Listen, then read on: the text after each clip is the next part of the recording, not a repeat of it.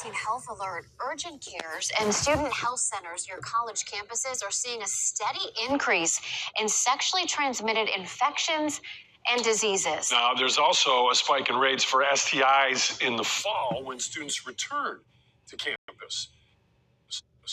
Jen Picciano reports.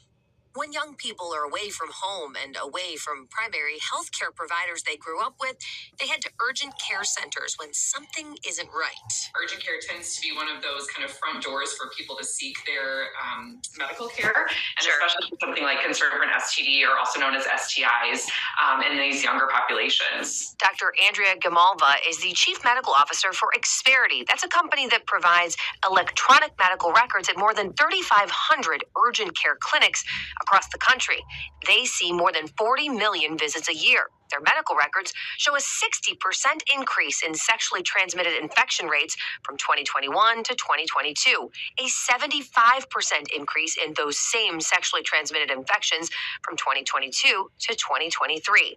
And while there was less of a spike from 23 to 24, a 35% increase, it is still a continued rise.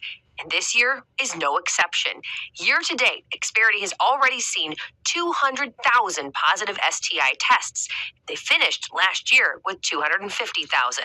Those most at risk are 25 and under who are sexually active. The most common STIs going around right now, gonorrhea and chlamydia, which require a repeat test 3 months after diagnosis. But they are treatable with antibiotics. We are living in a time and a day and age where we can treat these infections, and it's so important to make sure that you're taking care of your health, because if you don't treat these types of infections, they can lead to things like infertility and further complications in your bodies. In Ohio, it doesn't seem to be those under 25, but people in their 30s and 40s, where they're seeing a steady increase in chlamydia cases. Cuyahoga and Franklin counties with the highest rates, according to the most recent Ohio Department of Health report.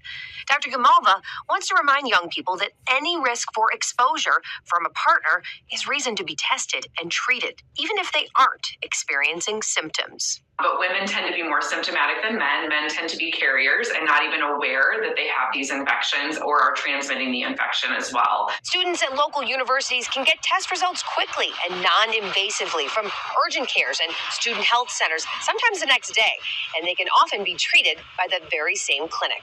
Jen Picciano, 19 News.